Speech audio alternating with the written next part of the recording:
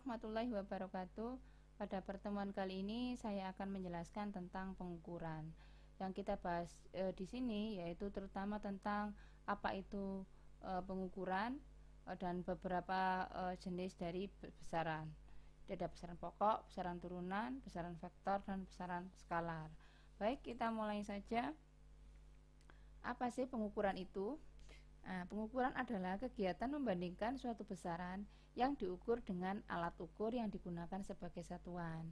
Jadi contohnya adalah mengukur panjang, lebar, dan tingginya batu bata dengan mistar.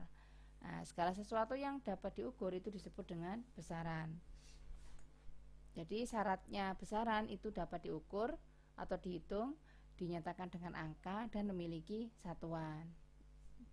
Itu ya, jadi diingat ini syaratnya, yaitu dapat diukur, dinyatakan dengan angka, dan memiliki satuan, itu disebut dengan besaran.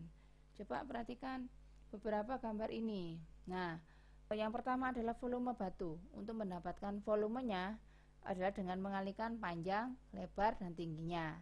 Berarti kalau setelah diukur, maka dia memiliki satuan bukan, dan ada angkanya. Jika kita menggunakan mistar, maka satuannya cm kubik. Berarti dia termasuk besaran bukan? Ya, termasuk besaran karena dia dapat diukur, memiliki angka, dan memiliki satuan. Yang kedua yaitu kasih sayang orang tua terhadap anaknya. Apakah dia dapat diukur? Apakah dia punya satuan? Dan apakah dia punya angka? Tidak, bukan. Nah, maka dia bukan termasuk besaran. Ini cakapnya Kak Iqbal atau paras cakap cantiknya seseorang. Apakah dia dapat diukur? Apakah dia punya nilai? Apakah dia punya satuan? Tidak. Maka dia bukan termasuk besaran. Rasa manis dan masamnya jeruk. Sama, ini juga tidak memiliki satuan, kecuali jika kita mengukur volumenya.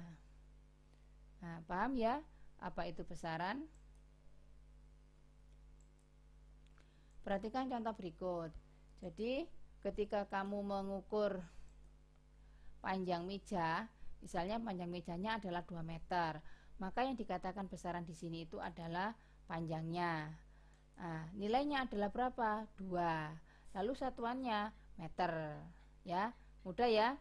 Jadi contoh yang lainnya, massa gula 2 kg, maka yang dikatakan besaran adalah massa. Nilai besarannya berapa? 2. Satuannya kilogram. Ini pengukuran. Di sini ada tabel ya. Yang pertama, massa emas 350 gram. Berarti yang termasuk besaran adalah massa. Nilai besarannya 350, satuannya gram. Yang kedua, cuaca panas hari ini berkisar 29 derajat Celcius. Karena satuannya derajat Celcius, berarti dia menyatakan suhu, bukan? Nah, berarti dia besarannya adalah besaran suhu. Nilainya adalah 29, sedangkan satuannya derajat Celcius. Contoh yang ketiga, penerbangan Jakarta ke Medan ditempuh selama 2 jam. Nah, contoh besarannya adalah karena ini menunjukkan waktu ya, ditempuh selama 2 jam. Jadi selama, berarti besarannya adalah besaran waktu. Nilai besarannya adalah 2, satuannya jam. Mudah ya.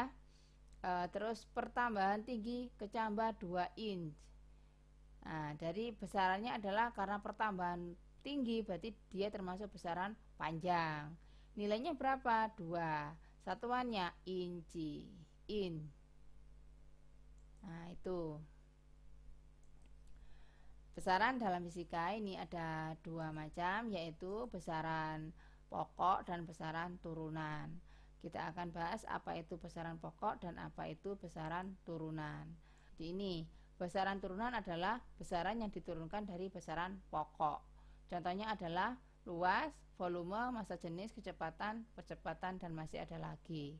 Nah, maksudnya diturunkan itu bagaimana? Jika ini ya, saya ambil satu contoh luas. Luas itu kalau misalnya saya ambil luas persegi panjang adalah panjang dikali lebar. Panjang memiliki satuan meter, lebar juga memiliki satuan meter. Maka satuan luas adalah meter kuadrat. Jika kita perhatikan di sini, panjang dan lebar masing-masing memiliki satuan meter. Berarti kalau kita lihat di tabel besaran pokok tadi, maka dia termasuk besaran panjang, ya kan? Yang memiliki satuan meter kan besaran panjang. Maka luas ini diturunkan dari besaran panjang. Gitu ya. Jadi besaran pokok itu sebagai dasar. Nah, contohnya lagi ini volume. Volume misalnya volume dari balok, panjang kali lebar kali tinggi kan. Nah, masing-masing memiliki satuan meter. Enggak ada satuan lain kan, hanya maksudnya itu panjang satuannya meter, lebar satuannya meter, tinggi juga meter. Berarti dia ini diturunkan dari besaran pokok panjang. Kenapa? Yuk karena satuannya meter. Panjang, lebar, tinggi kan termasuk besaran panjang. Massa jenis. Massa jenis. Massa jenis ini simbolnya Ru. Nanti kita bahas di bab berikutnya. Nah, M-nya adalah massa, satuannya kilogram. V-nya di sini adalah volume, satuannya meter kubik.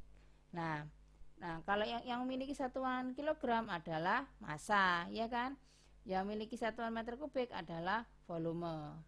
Berarti di sini kilogram adalah termasuk besaran massa. Nah, ini berarti meter kubik diturunkan dari besaran apa? Besaran panjang.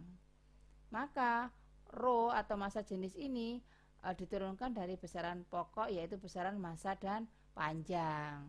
Sedangkan kecepatan itu kan jarak dibagi dengan waktu.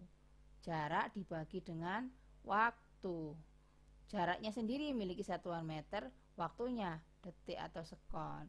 Berarti kecepatan ini diturunkan dari dua besaran pokok, yaitu besaran panjang dan besaran waktu. Jadi diturunkan dari dua besaran pokok ya, yaitu besaran panjang dan besaran waktu. Sekarang percepatan. Nah, ini percepatan satuannya meter per sekon kuadrat, di mana M adalah meter, S-nya adalah sekon. Berarti percepatan ini diturunkan dari dua besaran pokok, yaitu besaran panjang dan waktu. Jadi itu ya, jadi yang dimaksud diturunkan itu diambilkan dari besaran pokok. Nah, besaran yang lainnya ada besaran skalar, yaitu besaran yang hanya memiliki nilai saja. Contohnya adalah waktu. Jadi di sini arah tidak berpengaruh. Jadi besaran yang hanya memiliki nilai saja. Contohnya waktu, massa, daya, volume, luas, massa jenis, suhu.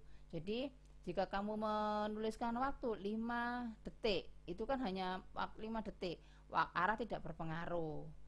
Jadi massanya misalnya 3 kg. Nah, kan nggak pengaruh arahnya kemana. Nah, jadi kalau tidak dipengaruhi arah, maka dia termasuk besaran skalar. Sedangkan besaran vektor, yaitu besaran yang memiliki nilai dan arah. Contohnya adalah kecepatan. Misalnya 60 km per jam ke arah barat. Nah, itu berarti menunjukkan kecepatan. Tapi kalau 60 km per jam yang kamu lihat di angka di speedometer sepeda kamu, itu menunjukkan kelajuan. Jadi angka dan satuan itu adalah besaran skalar. Itu ya. Jadi kalau ada nilai dan arahnya, maka dia termasuk besaran vektor. Saya akhiri sampai di sini. Kurang lebihnya saya mohon maaf. Wassalamualaikum warahmatullahi wabarakatuh.